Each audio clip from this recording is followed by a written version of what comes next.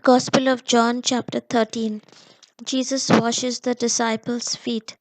Now, before the festival of the Passover, Jesus knew that his hour had come to depart from this world and go to the Father. Having loved his own who were in the world, he loved them to the end.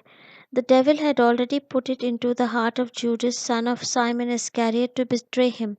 And during supper, Jesus, knowing that the Father had given all things into his hands, and that he had come from God and was going to God, got up from the table, took off his outer robe, and tied a towel around himself. Then he poured water into a basin and began to wash the disciples' feet, and to wipe them with the towel that was tied around him. He came to Simon Peter, who said to him, Lord, are you going to wash my feet? Jesus answered, You do not know now what I am doing, but later you will understand. Peter said to him, You will never wash my feet. Jesus answered, Unless I wash you, you have no share with me. Simon Peter said to him, Lord, not my feet only, but also my hands and my head.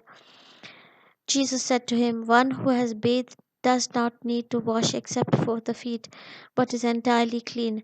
And you are clean, though not all of you. For he knew who was to betray him. For this reason he said, Not all of you are clean. After he had washed their feet, had put on his robe, and had returned to the table, he said to them, Do you know what I have done to you? You call me teacher and Lord, and you are right, for that is what I am. So if I, your Lord and teacher, have washed your feet, you also ought to wash one another's feet. For I have set you an example that you also should do as I have done to you. Very truly I tell you, servants are not greater than their master, nor are messengers greater than the one who sent them. If you know these things, you are blessed if you do them. I am not speaking of all of you. I know whom I have chosen, but it is to fulfill the scriptures. The one who ate my bread has lifted his heel against me. I tell you this now before it occurs, so that when it does occur, you may believe that I am he.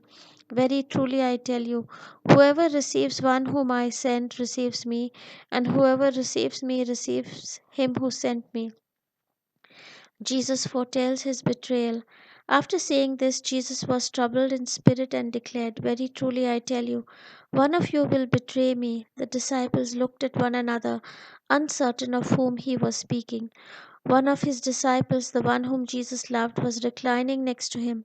Simon Peter therefore motioned to him to ask Jesus of whom he was speaking.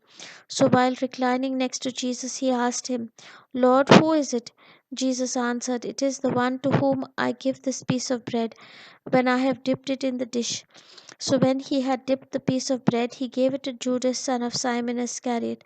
After he received the piece of bread, Satan entered into him. Jesus said to him, Do quickly what you are going to do. Now no one at the table knew why he said this to him.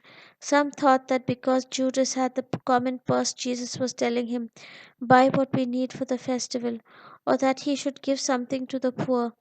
So after receiving the piece of bread, he immediately went out, and it was night.